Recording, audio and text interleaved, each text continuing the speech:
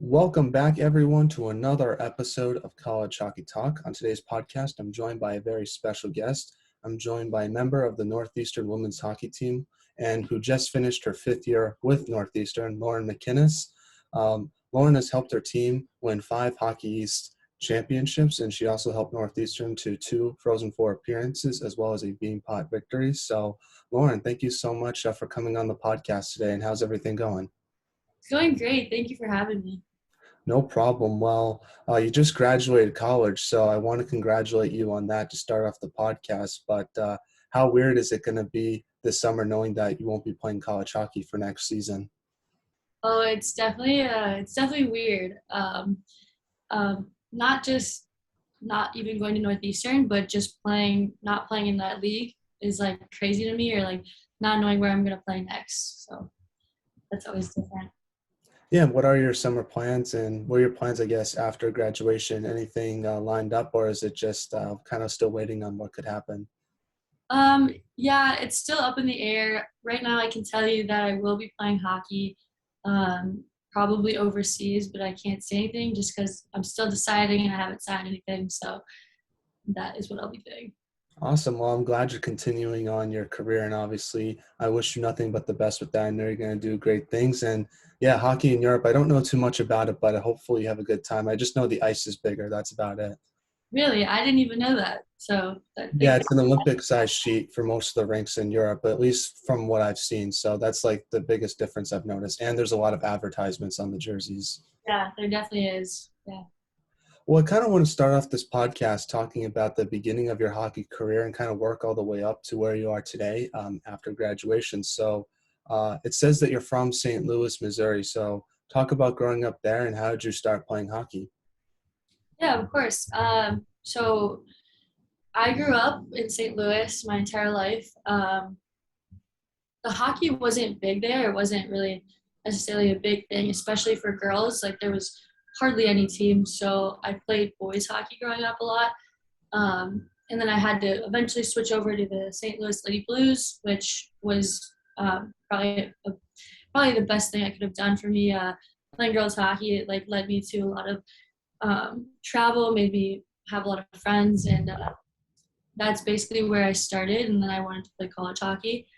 Um, then like my senior year, I believe, I went to the Madison Capitals, and that was because the St. Louis Blues team I was on actually folded, which is unfortunate because I had played there like my entire life. And then every weekend I had to drive up to Madison, Wisconsin, which was kind of a hassle, especially during my senior year. Um, but I ended up making a lot of good friends in Wisconsin as well, and I really liked it. That's awesome. And who was like your favorite player growing up? Like, did anyone inspire you to play the game, or did you just did you only like playing hockey, not watching hockey? Because I know talking to one of your teammates, Wendell Phillips, she said she wasn't much of a hockey watcher. She just likes playing the game. Yeah, I definitely love playing it more than watching it, but I'm a huge Blues fan growing up in St. Louis and all. And I think one of my favorite players growing up when I was little was Eric Johnson. He actually had lived with us for a little while, and I had a big crush on him, but he didn't know that. So if he listens to this, he's going to find out. But I definitely loved watching him play, and he was a defense, and he's really good. And he plays for the Colorado Avalanche now, so he's still doing well. Yeah, it has the chance to win the Stanley Cup, obviously, since the Yeah. Avs are one of the best teams out in the West. My favorite Blue growing up was probably TJ Oshie. I know he's mostly known for playing with the Capitals, but I always liked him when he was with St. Louis, or David Backes, one of those two, just because I love the USA hockey guys, especially watching them in the Olympics in 2010 and 2014. So that was really cool for myself. Yeah, he was definitely a big player for St. Louis during his time here, and definitely for the Washington Capitals as well. Now, I have to ask, obviously, play college hockey in Boston. I'm assuming a lot of your teammates are Bruins fans, and the St. Louis Blues beat the Bruins in the 2019 Stanley Cup final. So what was the dynamic like between yourself and some of your teammates during that cup run? Um, I kind of risked my life here in Boston wearing a Bruins jersey, so I would say I'm a proud fan, and people don't really like that, but it's kind of a friendly feud. But they know like I will never change my mind. I'm a diehard Blues fan, so that's just how it's gonna be, and they know that. So Well, Now, doing research on yourself, you obviously are from a hockey family. Your father, Al, is a Hockey Hall of Famer, and your brother, Ryan, is currently playing for the Buffalo Sabres organization. So, talk about what it's like growing up in a hockey family and what have you learned from your family members about the game in general? So my biggest influence playing hockey was definitely my brothers and obviously my dad, but my brothers got me into hockey. So I actually started out as a figure skater, and my mom loved that. She loved the figure skating, and all I wanted to do was be like my brothers, play hockey like my brothers. And so my dad was all for it, and my mom was kind of hesitant. But eventually, my dad like told her like, yeah, she should play, and she agreed. So I ended up playing hockey, and every single day, me and my brothers would play outside in the yard, shoot pucks, do everything, and they're all very good at hockey. Even though one went further than the rest, they were all very good, and we all played hockey growing up. And my dad was their coach for all their years, and he never coached me like too much, but he definitely gave me pointers, and then we would shoot out in the backyard, and he would definitely teach me how to shoot and stuff. So that's the Yeah, big he's at. yeah, and obviously, just doing research on your dad, I didn't really know too much about him, to be honest with you, before doing research for your interview, but you won a Stanley Cup with the Calgary Flames and had a very successful career. So I have to ask, growing up, I guess, with a father who's been super successful in hockey, how do you try not to put pressure on yourself to be like him and try to be like your own player? Yeah, that's a good question. I definitely think it's a little bit different just because I'm a female hockey player and I can't go as far as he could. I can't play in the NHL. I can't win a Stanley Cup, which is really unfortunate. But I think it's definitely been a little bit different for my brothers growing up with him. Um, I haven't talked about it too much with them, but my father has been nothing but proud of me and he helps me through everything. So I don't think there's a ton of pressure on me, which is good. So yeah. Now, getting back to some of this teams you played with before Northeastern, like you mentioned, you played for the St. Louis Lady Blues and the Madison Capitals before heading off to Northeastern. So my first question is, how did you get the opportunity to play with those organizations since you were telling me how St. Louis isn't really a hockey hotbed? And talk about your time with those organizations. Like, what's the best memory you have uh, before your college hockey days? It's kind of crazy that we talk about this because thinking back now, like it's hard to remember like my favorite moment because those favorite moments aren't necessarily like hockey moments, but they're more of like times that I've had with my teammates or like tournaments that we went on, which they were all super fun. The girls were all really nice, and I loved my coaches. Um, so yeah, I can't really put a pinpoint on a favorite moment, but I loved both the Lady Blues and the Madison Capitals. Coming in to the Madison Capitals, though, my senior year was a little difficult because the girls had been playing together for their entire lives. They're very welcoming and warm, so I'm thankful for that. And I do think that playing in Wisconsin helped me because it was just better hockey than St. Louis. There wasn't a ton of female hockey players.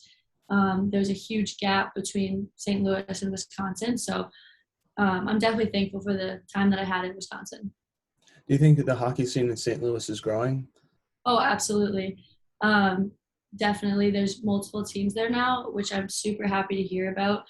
The teams are all doing well too. I think men's and women's both is really growing. They just got two big ice rinks as well, so that'll definitely help. And I'm hoping it just continues to grow. Now, how did those experiences with the Lady Blues and the Madison Capitals help prepare you for college hockey with Northeastern? Like, who are some of the players you got to play with, and just talk about how it prepared you for college hockey, basically?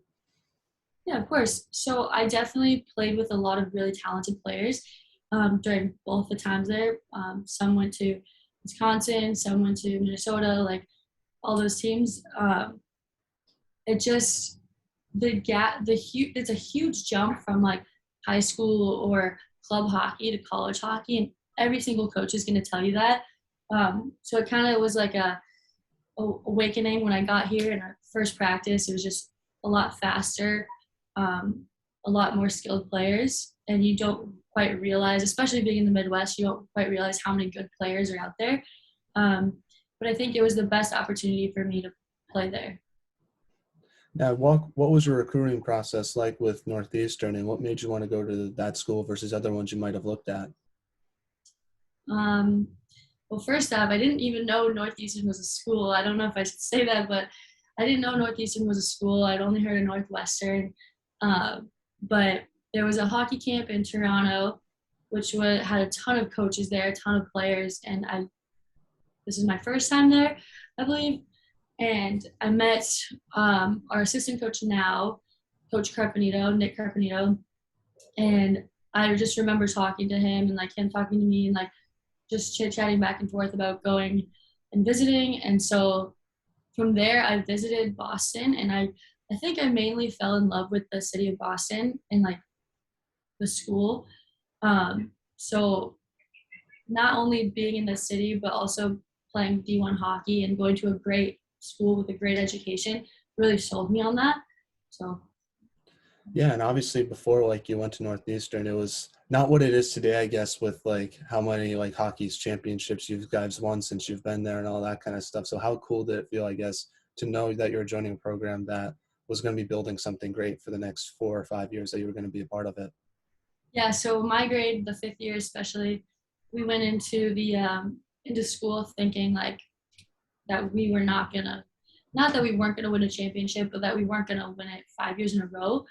And like it's kind of like an inside joke like between us that did you ever think that we would come in here and win 5 hockey's championships? Like, no, not at all. But I'm so like still blown away at the fact that we've done that, and I'm so proud of like the all the teams that have done that. Thinking back to your early days of college hockey, like what was the biggest adjustment that you had to make to your game? Was it the speed, the physicality, or just I guess the changes or like making quicker decisions, I guess, with the puck is what I'm trying to say, because since the speed of the game is much quicker than it is in high school, you have to make those quicker decisions with the puck, especially as a defender, doing breakouts and all that kind of stuff. Yeah, I think the speed is like a big adjustment. Not only speed like with skating, but you gotta make quicker decisions. You have to be able to catch passes like quicker and like move them and all that. The fundamentals just have to be quicker. And not only that, but like your mentality is going to be a huge adjustment because you're going to be in school, you're going to be playing hockey, and maybe some of us you're going to be working, and you're going to be with the same people for like a lot of your day. And some days you just like don't want to go to practice, but you're gonna have to because it's an everyday thing. You gotta travel, you gotta do all that thing, all that stuff. Um, so the mentality is definitely just a big adjustment, I think. Yeah, and how do you like balance like the school and hockey side of being a student athlete, especially at Northeastern, where the academics are pretty heavy, but also, you have to try to maintain being like a really good player on the team with Northeastern as well. Yeah, I think any player will tell you growing up that they've been like they've had to sacrifice going and hanging out with friends or doing all that stuff back in high school. So we're kind of used to it, but it's just like a much bigger adjustment. And you learn as you go on. Like by the time you get to your fourth year, you're going to be a pro at it. That freshman year is definitely like the adjustment period. So, but eventually it gets easier. So yeah. Now, in your freshman year of college hockey, you only played in 3 games. So, when thinking about your freshman year, what was like the biggest thing you learned about yourself, and how did you use that season to improve your game for your sophomore, junior, and senior years? Yeah, I didn't know what to expect coming in, and when I didn't play as much as I had hoped to, you have to just remind yourself that you're a freshman, and this happens to a lot of players. Um, and that's one thing with the mentality. You just have to like keep working hard and keep being positive and like hoping that eventually like your time will come, and then that mentality will help you in that. Yeah, and obviously, like, what was like, how did you try to improve your game to get more ice time for your later years in college hockey? Because I found that pretty interesting reading that stat, how you only had 3 games your freshman year, and then this past season, you're obviously one of the leaders in ice time for defenders. Yeah, off ice, like off season training is definitely a big one during the summers, and just getting extra time in the weight room, extra time on the ice. You got to be the first one out there and the last one off. And there's a long time from my freshman year that I would wake up before class just to get extra ice time. And not a lot of people knew that. Like coaches, it's not about like who sees you do it. It's just about like you got to do it and you have to build that skill for yourself. So that's how I did it, and I'm glad it really paid off. So. Now, one question I do want to ask you is during your freshman year, your team had a record of 5-12-1 on the road, but then during your sophomore year, your team had a record of 10-2-3 on the record on the road. So what did your team work on during the offseason to improve your road record? Because I feel like that was one of the biggest difference I've noticed with your team for your freshman year and your sophomore year, because I feel like that improved significantly and made your team a better team in the long haul. Yeah, are you talking about as a team? As a team, yeah. Like, how did you contribute to that, and how did the coaching staff help with that? Because I feel like there's a different mentality going into road games versus home games. Yeah. Um, so all the players kind of go home during the off season and they kind of take time off, and I feel like that's a big important factor in it. I think all players just need a time to like relax and like get their time off, because then they can come back and like they can prepare off ice during the summer, during the off season, and then come back ready to go. And it's not only that, but I think that we walked in that season kind of with like a mentality that we were able to win this year. So that's just kind of a big part of it. Now, in your sophomore year, your team got to go up to Northern Ireland and play a series against Clarkson. Talk about what it was like playing overseas, and what was like the coolest thing you got to do when you were down there, because I thought that was pretty interesting just looking at some of the games you've played throughout your college hockey career. Yeah, Ireland was such a fun trip. Not only was I with my team, but a lot of families came up too. My mom was up there. We just had an absolute amazing time, and it was a good hockey. Clarkson's a very good hockey school, and playing them was like so different because we had never played them before, and we've never played a team outside the league before that. Um, so it was just a really good time, and I think one of the coolest parts about it was all the fans that we had that game. I think that was the first time we'd ever experienced a fan base like that. And the fact that it was in another country was just even cooler to see that they really wanted to see us play. Yeah, and obviously during your sophomore year, your team won another Hockey East championship game, but then you played in your first ever national tournament game against Cornell. Talk about what it was like playing the NCAA tournament on the road versus Matthews, because that's something you've had experience doing both. But also, what was the main what was that game like against Cornell in your first national tournament experience playing against a really good team like that? Um, yeah, it was completely different from like a Hockey East game. I don't know how to explain it. I think just because it was an NCAA game, it was a playoff game, a big one too, that the atmosphere just felt just a lot like the game was harder almost and more intense. And I think being home helped us a lot, kind of gave us a little bit of comfort. But even though it didn't turn out the way it did, I believe that getting there was something we needed to experience to progress in the forward years. Yeah, and from your junior year to your fifth year, Northeastern was arguably one of the most dominant teams in women's college hockey. So my question is, how did you sustain that type of success throughout a regular season? And did your team feel any pressure of being one of the top ranked teams in the country with the target on your back going against other teams in your conference? Yeah, something that we always kind of told each other and reminded each other is that when we were number one or number two or number three, we were the one of the probably the best. We were definitely the best team in Hockey East, but we were one of the best teams in the NCAA. And people and teams are going to work their hardest. They're going to give us their all because they want to beat us. And we were kind of like that team that everyone wanted to beat. And we kind of had to have this chip on our shoulder that we're still in Hockey East. Like sometimes people say that the Hockey East League like isn't the best one to be in, but I think we proved them wrong. So we're really happy about that. Yeah, and obviously during your junior year, you won your very first Bean Pot. Talk about winning that trophy, what it meant to yourself, since it was Northeastern's first in quite some time. And obviously you won it in double overtime nonetheless too, so that's obviously really fun. Yeah, that was one of my best moments here at Northeastern. We talked about it before that I only played 3 games my freshman year and only a few my sophomore year as well. So being able to participate in that game and just to have that opportunity um, was amazing, and to win it for the first time in a very long time was was absolutely crazy. And it was a good feeling to know that all my hard work had actually paid off, and like this was the moment it was building for. So yeah, it was a great feeling. Yeah, and obviously, what was your thoughts on the bean pot heading into it? Because it's kind of a Boston thing, and a lot of people who aren't from the city don't realize how big the bean pot actually is. So, being a player in it, what was it like? What's that experience like? And trying to get city bragging rights, and just how much the bean pot means to the city, and it must be cool to be a part of it as a player.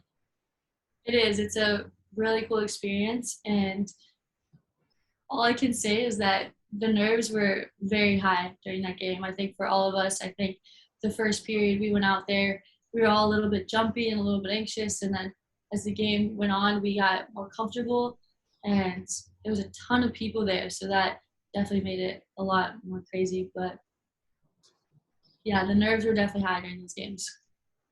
And then also that season, your team won your third straight Hockey East championship, beating UConn 9-1. Talk about that game and what it meant to you, especially that was the very first Hockey East championship game that you got to play in. And what was that game like? Because I was very surprised about the scoreline, just because UConn's a very good team. They've given your team a lot of battles throughout your years with Northeastern. So winning that Hockey East championship your junior year, that must have been felt good, just to get a big win like that heading into the national tournament. That wasn't obviously.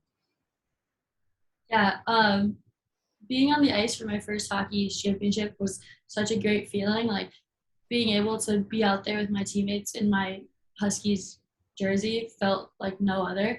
And I just got to feel what everyone else was feeling the past 2 years.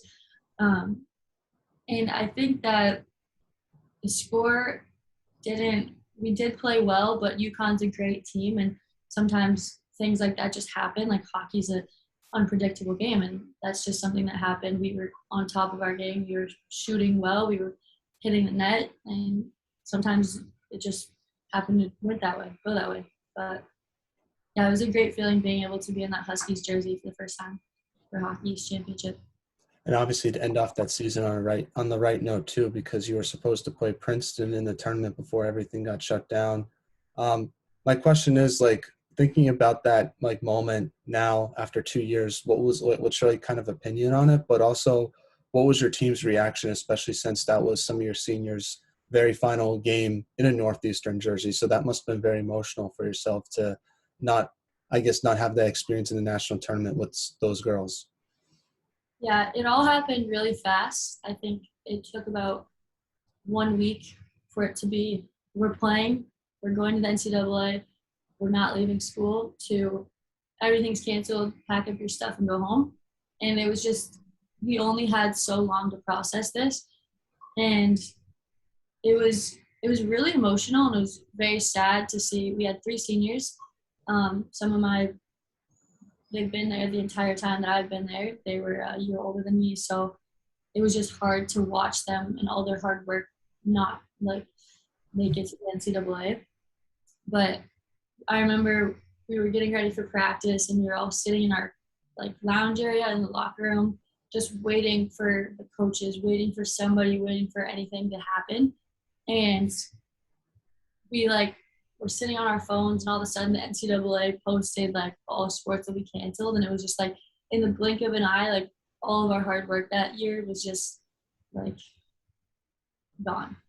Not gone, I don't want to say that, but it just it was really sad. I feel like that must have motivated your team for the following year, because obviously when you look at the national tournament appearances that your team had, you lost to Cornell at home.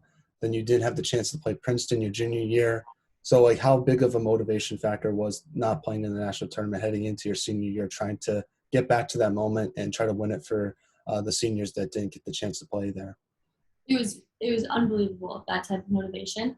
I remember one game we said, hey, the seniors last year, they didn't get this opportunity, like we have to win it for them.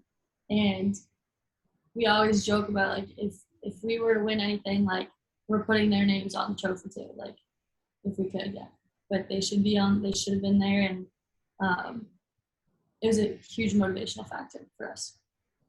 Now, your senior year was obviously a little bit different than the other years you've played in for college hockey, just because you had a very inconsistent schedule. Because I know the way Hockey East did it was you guys didn't even know who were going to play until like the Tuesday before the weekend series, and that's if there was no positive cases, obviously. And then obviously there was a lot of COVID regulations you had to deal with, and you didn't play in front of any fans. So how did you handle those challenges, and how did your team handle those challenges for your senior year?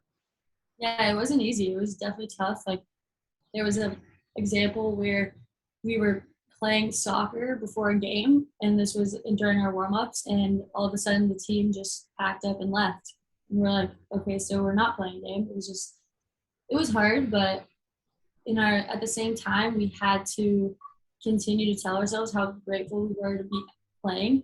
I know like the Ivy League had no opportunity to play, and we were just really lucky to have that year and be able to play. Yeah, and just another question is like obviously you when you're a senior on the team playing in kind of an odd COVID year, what type of leadership did you want to bring to the team? Were you more of a vocal leader, lead by example? Because I feel like a lot of the younger players probably relied on your leadership for that season just because they've never really experienced that before, but they also haven't really experienced college hockey before. So those two factors must have combined to kind of a much of a different hockey year for them. So I feel like they probably relied on your senior class's leadership a lot.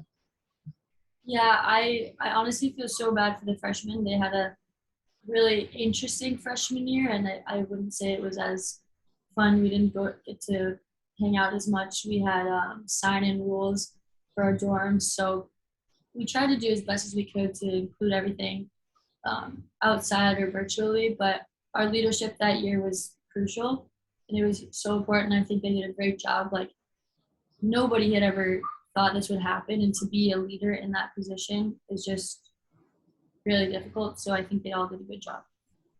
Are you like a vocal leader, or are you like someone that just wants to set a good example for your teammates? Like for you personally, I'm just curious about that.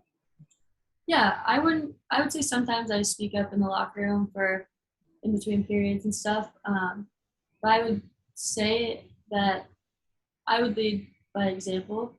I kind of felt like I was a little bit behind on the leadership just because I didn't play for 2 years. So that would be a reason. Um, but yeah, I think any of those girls on the team could be a great vocal leader, and they all have their different aspects of their leadership. So I think it was they all impacted the team in that way. Now, in your senior year, you beat Providence in the Hockey East finals.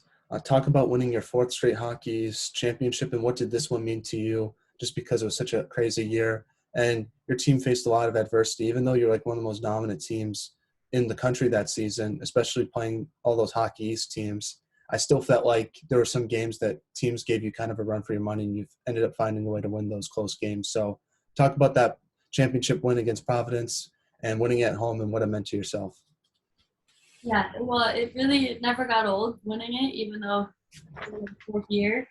Um, we were all looking forward to the game and making COVID year worth it, and it definitely was because of that trophy. So we're really happy about that. And the best part was winning it and then being able to continue to play after that. Yeah, and obviously you had your very first national tournament win against Robert Morris to head to the program's very first Frozen Four. Talk about what that win meant to yourself, and what was it like beating a Robert Morris team and then heading off to your very first Frozen Four? It was just a different feeling. It wasn't like we just won a bean Potter. It wasn't we won Hockey East. It was like, oh, wow, this is bigger. This is better. This is new. This is great. It was a really unbelievable feeling. Now, talk about your Frozen Four experience in Erie, just because it was a little bit different than previous Frozen Fours in the past. So, like, what was that experience like for your team off the ice? Like, did you get to do anything cool, or was it just like in a hotel room basically and going back and forth from the rink? Yeah, it was basically mainly in the hotel and the rink, and I'm glad my family got to see me play, but I didn't get to see them outside of the rink just from a distance. So that wasn't great, but we had testing every day, every morning. But it was worth it, I would say. Definitely worth it. And obviously in the Frozen Four, you played Minnesota Duluth. Talk a little bit about that game because you guys were down by 2 goals heading into the third period. So what was like the message in the locker room? And talk about what it was like winning that game and coming back and being a really solid Minnesota Duluth hockey team. Yeah, now that you mention it, I completely forgot that we were down 2-0, and I think that's because it didn't feel like that on the bench. The atmosphere was positive, it was good, the energy was high, and it didn't feel like we were down, and I think that's really what helped us come back from that. Yeah, and what was your reaction to Skylar Fontaine's OT winner heading and just what was the emotions you were feeling knowing that you're heading to your very first national championship game? I'm literally getting goosebumps as we speak. Like I it happened so fast and I was so happy. Like that was probably one of the best games our team has played together. And everyone was just going crazy, and in the locker room everyone like couldn't stop smiling the entire night. It was insane. Yeah, I remember talking to Skylar about that goal last year, and I remember telling her like it felt like it was so slow heading into the net. And I asked her if she felt the same way, and she said yes. I was curious for you, like, did you feel like it took forever for that puck to cross the red line? Yeah, well, I was busy catching my breath. I think I was drinking water or something, and all of a sudden everyone started cheering.